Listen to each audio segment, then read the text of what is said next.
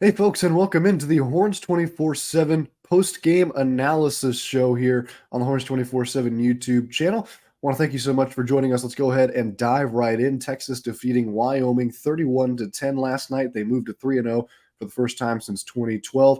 A lot to unpack here. This was not a pretty victory for the Longhorns, but nonetheless, they get the job done and get the victory.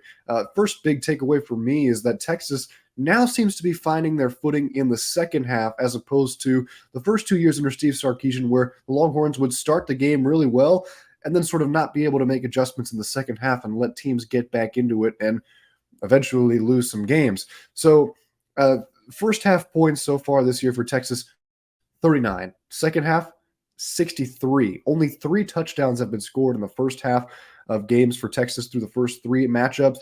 In all 3 games, Texas has scored 21 points in a single quarter in the second half. And Rice, it was the third quarter, Alabama and Wyoming, 21 points in the fourth, respectively. So this past week, I think establishing the run was a big key to that finish. Jonathan Brooks in that second half, 13 carries for 121 yards with CJ Baxter out. I think that's definitely a big plus. The first time that a Longhorn running back has gone over 100 yards so far this season.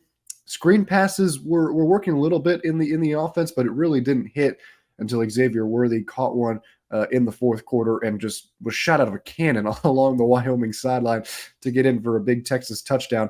Uh, Takeaway number 2 for me was this was not the best day for Quinn Ewers, and it really was not just his fault, but also the wide receiver's fault. There were a couple of easy drops that could have been converted into some catch and runs. Ewers 11 of 21 for 131 yards and 2 touchdowns.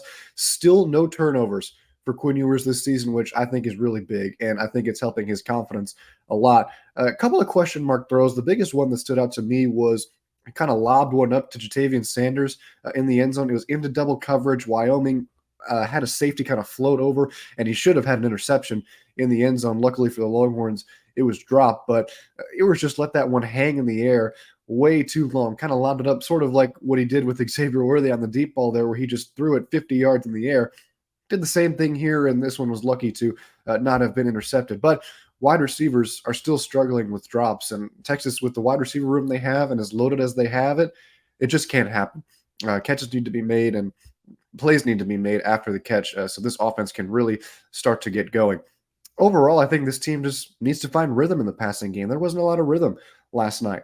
It wasn't until really the second half, until things were really able to get going. So we'd like to see some more rhythm in the passing game. It was there against Alabama, but you haven't seen it as much against Rice or Wyoming.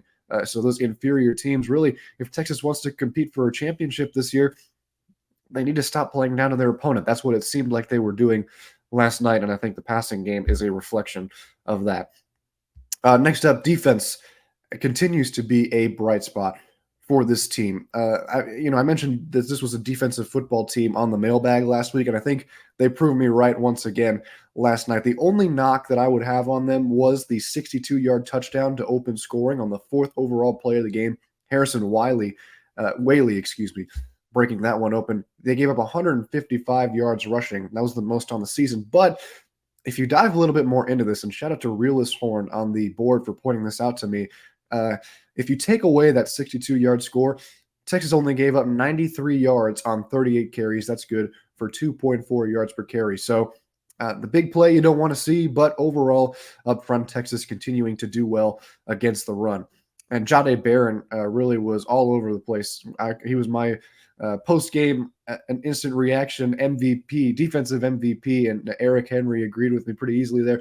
Led the team in tackles with 9, had a pass breakup. Jaron Thompson got an interception, a pick 6 at that. So this defense continuing to produce turnovers as well. Pete Kwiatkowski mentioned that was a huge emphasis coming into this season, and they continue to do that, building off of last week against Alabama. Once again, good pressure getting into the pocket. Only 1 sack. But they definitely made Evan Spoda, the sophomore backup quarterback, who replaced Andrew Peasley, who we thought was going to play, ended up having an undisclosed injury and was out.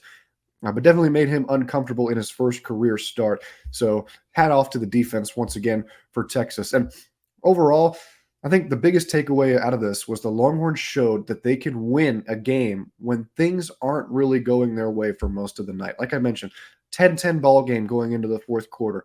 Everybody in DKR kind of holding their breath, seeing what'll happen, trying to avoid the nightmare scenario, and they did just that. Steve Sarkisian said in the post-game press conference, quote, "That's what championship teams do.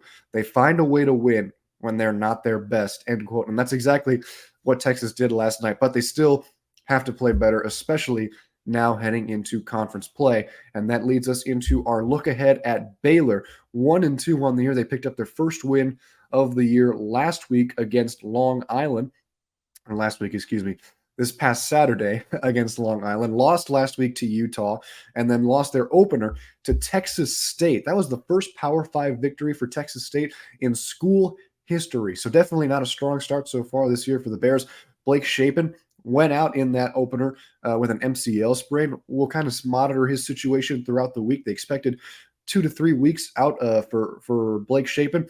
And he missed the last 2 games, obviously, as well. So we've seen Sawyer Robertson in at quarterback for Baylor, and he has not played well. Had 2 interceptions against Utah, a touchdown yesterday. But overall, this Baylor offense really relying on the run game, and that's what won them the game yesterday against Long Island. So overall, the Bears have not looked very good to start the season. So I think this is a game where Texas needs to flex their muscles and show that they can dominate an opponent that is not as talented as them, straight up. And that's no disrespect to Dave Aranda and Baylor, but in comparison to the roster that Texas has, this should be a game where Texas should make it look relatively easy.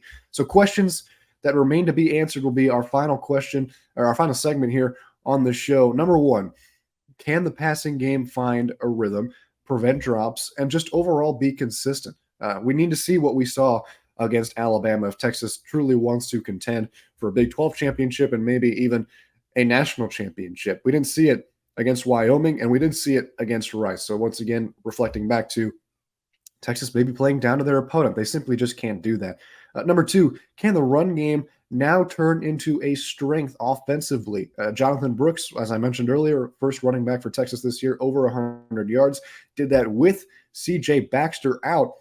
Maybe Jonathan Brooks is the guy. I'm not saying C.J. Baxter is not good, but definitely a great game for JB. And if you can make C.J. Baxter into that rotation and provide a good 1-2 punch, I think the run game maybe starts to turn into a little bit of a positive and something you can really rely on for this Texas offense, and that is what Steve Sarkisian has said he wants to do. So we'll see what C.J. Baxter's status is like heading into Baylor.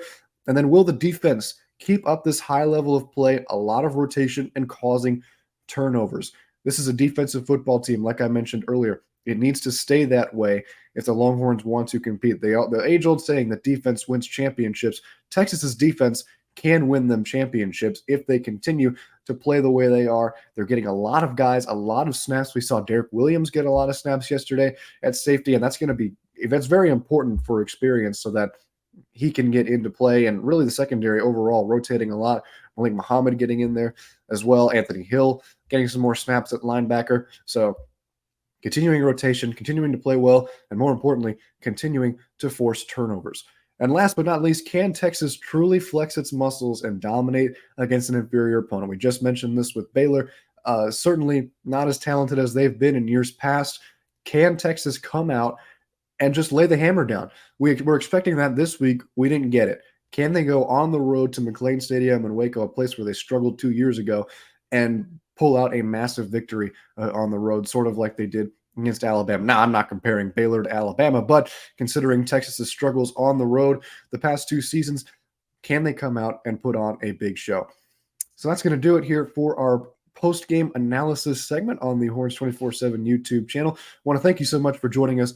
As always, be sure to like this video and subscribe to the channel. Plus, turn on notifications so you're the first to know when new content drops. For the rest of the crew, I'm Tommy Yarsh. Thanks for watching, and we will see you next time.